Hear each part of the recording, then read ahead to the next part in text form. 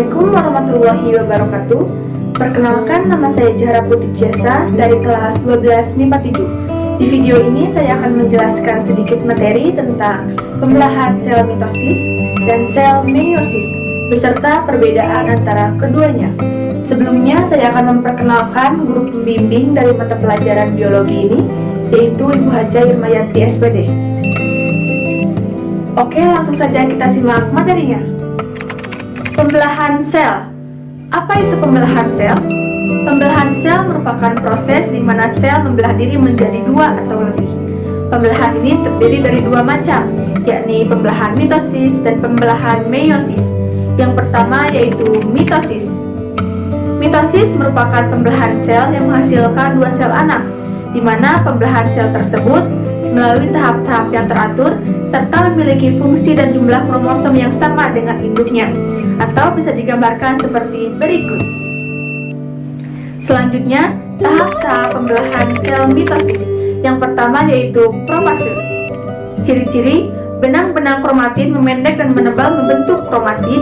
Kromatid berpasangan membentuk kromosom. Yang kedua yaitu metafase. Ciri-ciri: terbentuk benang spindel kromosom yang terlihat semakin jelas. Kromosom berada di daerah ekuator sel. Yang ketiga yaitu anafase. Ciri-ciri: benang-benang spindel memendek. Kromatid menuju kutub yang berlawanan. Mulai terjadi sitokinesis. Yang keempat yaitu telofase. Ciri-ciri: kromatid telah sampai di kutub yang berlawanan. Kumpulan kromatid membentuk anak inti. Tahap-tahap pembelahan sel mitosis secara berurutan adalah sebagai berikut. Pembahasan selanjutnya yaitu meiosis. Meiosis merupakan pembelahan sel yang menghasilkan 4 sel anak, di mana pembelahan sel tersebut terjadi pengurangan jumlah kromosom, atau bisa digambarkan seperti berikut. Selanjutnya, tahap-tahap pembelahan sel meiosis terdiri dari dua tahap, yakni meiosis 1 dan meiosis 2. Kedua tahap tersebut terbagi lagi menjadi beberapa tahapan, yakni sebagai berikut. Untuk meiosis 1 terdiri dari profase 1, metafase 1, anafase 1, dan telofase 1. Sedangkan untuk meiosis 2 terdiri dari profase 2, metafase 2, anafase 2, dan telofase 2. Pada tahap profase 1, pembelahan meiosis mempunyai waktu yang lebih lama serta lebih kompleks apabila dibandingkan dengan tahap profase pada pembelahan mitosis. Untuk metafase 1, ciri-cirinya dinding inti serta nukleolus atau anak inti menghilang, terbentuk benang-benang spindel, kromosom homolog bergerak ke bidang ekuator dengan sentromernya mengarah ke kutub.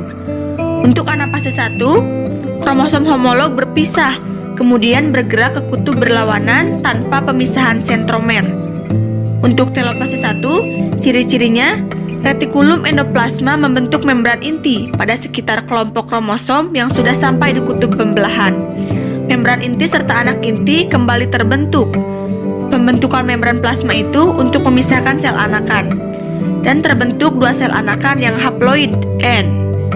Untuk profase 2, mikrotubul membentuk spindel serta membran inti, nukleus hilang, kromosom ini berubah menjadi kromatid. Untuk metafase 2, ciri-cirinya spindel tersebut menghubungkan sentromer itu dengan kutub berlawanan. Kromatid itu akan tertarik ke bidang ekuator. Untuk anafase 2, ciri-cirinya seluruh isi sel serta benang-benang spindel dari gelendong itu bertambah panjang. Bersamaan dengan itu, sentromer tersebut berpisah. Untuk telofase 2, benang-benang kromatid yang sudah sampai di kutub itu akan berubah menjadi benang-benang kromatin. Selanjutnya, perbedaan mitosis dan meiosis. Yang pertama yaitu mitosis. Pembelahan secara mitosis menghasilkan dua sel anakan dengan materi genetik yang identik dengan sel induk. Pembelahan secara mitosis terjadi pada organisme yang mengalami reproduksi aseksual. Jumlah kromosom sel anakan adalah 2N atau biasa disebut dengan diploid. Selanjutnya yang kedua yaitu meiosis. Pembelahan meiosis menghasilkan sel anakan dengan jumlah kromosom setengah jumlah kromosom sel induk. Pembelahan meiosis bertujuan untuk berkembang biak secara seksual, yaitu dalam proses pembentukan gamet atau biasa disebut dengan gametogenesis. Meiosis mengalami pembelahan inti 2 kali, sehingga satu sel diploid 2N akan menghasilkan 4 sel haploid N. Kedua perbedaan tadi bisa digambarkan seperti berikut. Mungkin hanya itu materi yang bisa saya sampaikan, kurang dan lebihnya mohon maaf, dan semoga materi tadi bisa sedikit memberikan manfaat untuk kita semua.